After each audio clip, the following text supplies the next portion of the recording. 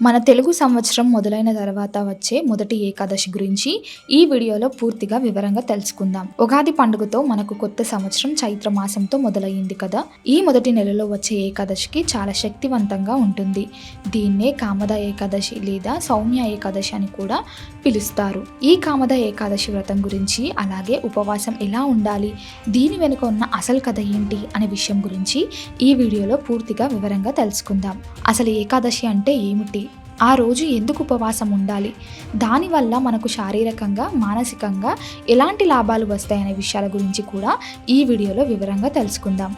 ముందుగా ఈ ఏకాదశి ఎప్పుడు వస్తుందంటే ఈ నెల 29వ తారీఖు నాడు వస్తుంది. ఈరోజు ఉదయం 7:47 ఏకాదశి టైం ఉంటుంది. ఆ తరువాత ద్వాదశి టైం మొదలవుతుంది.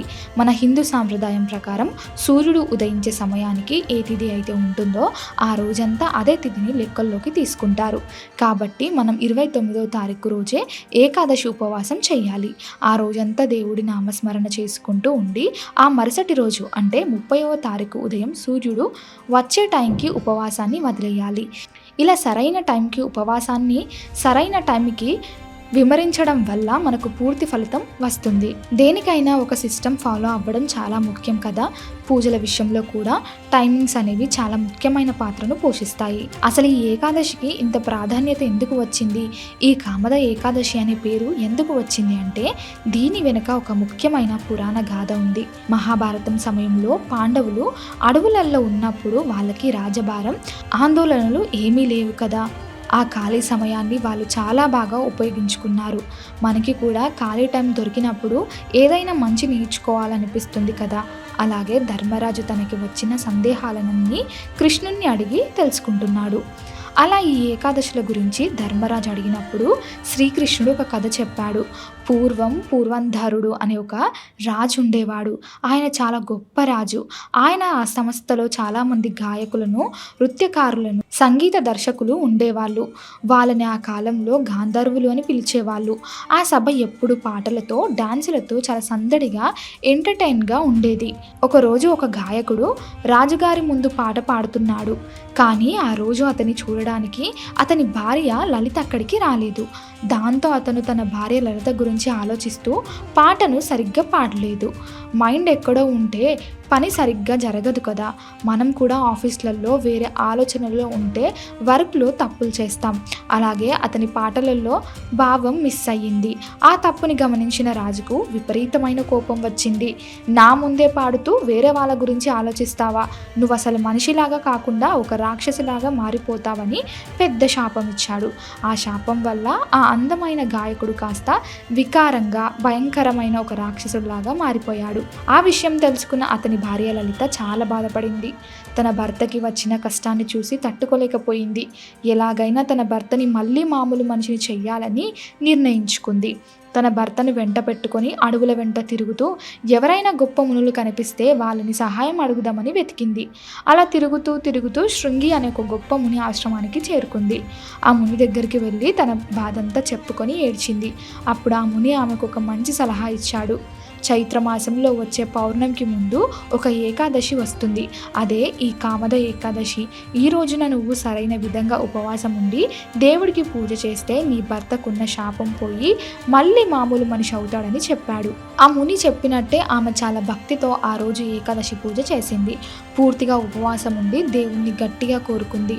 ఆ పూజ పూర్తవ్వగానే ఆ పూజ పవర్ వల్ల ఆమె భర్తకు పట్టిన శాపం పోయింది. అతను మళ్ళీ అందంగా మారిపోయాడు. వాళ్ళిద్దరూ చాలా హ్యాపీగా మళ్ళీ వాళ్ళ లోకానికి వెళ్ళిపోయారు. చూసారు కదా, భక్తితో ఈ ఏకాదశి వ్రతం చేస్తే ఎంత పవర్ ఉంటుందో.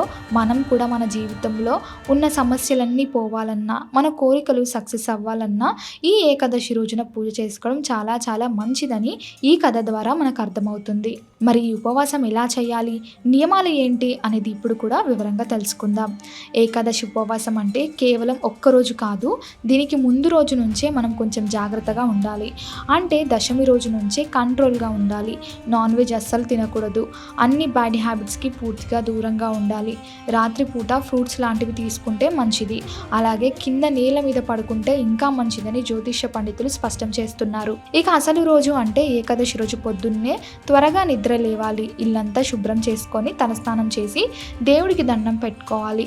ఇంట్లో విష్ణుమూర్తి ఫోటోకి చక్కగా పూలమాల వేసి ఆవు నెయ్యితో దీపం వెలిగించాలి. ఉదయం 7:47 లోపే విష్ణు సహస్రనామం చదువుకుంటే చాలా అదృష్టం. ఒకవేళ మీకు చదవడం రాకపోతే ఫోన్లో అయినా ప్లే చేసుకొని వినొచ్చు. ఆ రోజంతా దేవుడి పేరు మనసులో తలుచుకుంటూ ఉండాలి. ఓం నమో నారాయణ అని జపిస్తూ ఉండాలి. రోజంతా పూర్తిగా ఏమి తినకుండా కనీసం మంచినీళ్ళు కూడా తాగకుండా ఉపవాసం ఉంటే సూపర్. కానీ అందరికీ అది సాధ్యం కాదు కదా. ఆరోగ్య సమస్యలు ఉన్నవాళ్ళు, జాబ్స్కి వెళ్ళే వాళ్ళు పూర్తిగా ఉపవాసం చేయడం కష్టం. అలా మా వల్ల కాదు అనుకునే వాళ్ళు ఫ్రూట్స్ లాంటివి తీసుకోవచ్చు. అందులో ఎలాంటి తప్పు లేదు. మన మనసు దేవుడి మీద ఉందా లేదా అన్నదే ముఖ్యం. సాయంత్రం అయ్యాక మళ్ళీ స్నానం చేయకూడదు. ఎందుకంటే ఉపవాసం ఉన్నప్పుడు ఒక్కసారే స్నానం చేయాలని నియమం ఉంటుంది. కాబట్టి కాళ్ళు చేతులు మొహం కడుక్కొని నోరు పుక్కిలించి దేవుడి గుడికి వెళ్ళి దర్శనం చేసుకోవాలి. దవనం అనే ఒక ఆకు ఉంటుంది. అది చాలా మంచి సువాసన వస్తుంది. ఆ ఆకుతో విష్ణుమూర్తికి పూజ చేస్తే దేవుడు మనల్ని చాలా చల్లగా చూస్తాడని పురాణాలు స్పష్టం చేస్తున్నాయి. రాత్రిపూట వీలైనంత వరకు నిద్రపోకుండా దేవుడి పాటలు వింటూ మేలుకగా ఉండండి. దీన్నే జాగరణ అంటారు. కనీసం రాత్రి 12:30 లేదా 1 గంట వరకైనా నిద్రపోకుండా దేవుడి నామస్మరణ చేస్తే మనకు ఆ ఉపవాసం చేసిన పూర్తి ఫలితం దక్కుతుంది. ఆ రోజంతా ఎవరి మీద కోప్పడకూడదు, అబద్ధాలు చెప్పకూడదు, మనసులో కూడా వేరే వాళ్ళకి చెడు కలగాలని కోరుకోకూడదు. చాలా ప్రశాంతంగా ఉండాలి. ఇక మరుసటి రోజు అంటే ద్వాదశి రోజు పొద్దున్నే సూర్యుడు రాకముందే లేవాలి. మళ్ళీ స్నానం చేసి దేవుడికి పూజ చేయాలి. ఆ రోజు దేవుడికి ప్రత్యేకంగా ప్రసాదం చేసి పెట్టాలి. ఆ ప్రసాదం పేరు పులగం. దీన్ని చేయడం కూడా చాలా సింపుల్. కానీ ఒక చిన్న రూల్ ఉంది. బియ్యాన్ని అస్సలు నీళ్ళతో కడగకూడదు. ఆ బియ్యాన్ని కొద్దిగా నెయ్యి వేసి దూరగా వేయించాలి. ఆ తర్వాత అందులో నీళ్లు, పెసరపప్పు వేసి మెత్తగా ఉడికించి దేవుడికి నైవేద్యం పెట్టాలి. ఉదయం 7:30 లోపే ఈ ప్రసాదం పెట్టాలి. ఆ తర్వాత ఇంటికి వచ్చిన అతిథులకు లేదా ఎవరికైనా పెద్దవాళ్ళకి, అనాథలకి అన్నం పెట్టి అప్పుడు మనం కుటుంబం అంతా కలిసి భోజనం చేయాలి. ఉపవాసం విరమించేటప్పుడు ఎవరికైనా భోజనం పెట్టి మనం తింటే ఆ పుణ్యం రెట్టింపు అవుతుంది అని పెద్దలు చెప్తున్నారు. ఇలా సరిగ్గా ఎవరైతే భక్తితో చేస్తారో వాళ్ళు ఏ కోరిక కోరుకున్నా, ఈ ఉపవాసం చేస్తారో ఆ కోరిక ఖచ్చితంగా దేవుడు నెరవేరుస్తాడు.